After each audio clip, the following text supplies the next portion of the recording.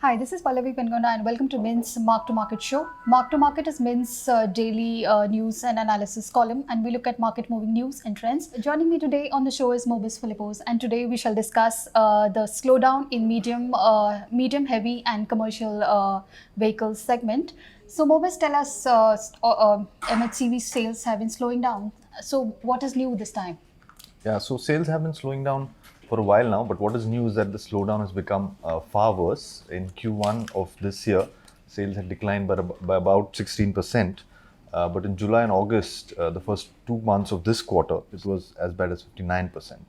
And companies such as Tata Motors and Ashok Leyland have announced further production cuts. So there's no sign of the end to these problems. There was some hope earlier that ahead of the festive season, there would be an improvement in sentiment and in demand.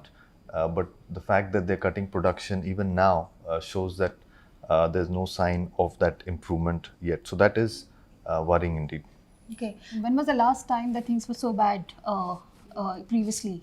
Yeah, so there have been multiple down cycles, as analysts at Jefferies have been pointing out. The previous short down cycle was in FY17 and 18, but though the declines in sales during that time wasn't that sharp. But there were 9 straight quarters of decline between FY14 and 15. But even there, in Q4 of FY13, sales had fallen about 33%. So in that sense, the decline in sales is much sharper this time. The last time perhaps we saw such a sharp decline in M&HCV sales was during the global financial crisis in 3Q of FY09. But we should note here that while in those times, so FY14 for example, Ashok Leyland shares, which is pretty much purely an M&HCV company, they had fallen to as low as 13 rupees, and during the crisis maybe 7 rupees or so.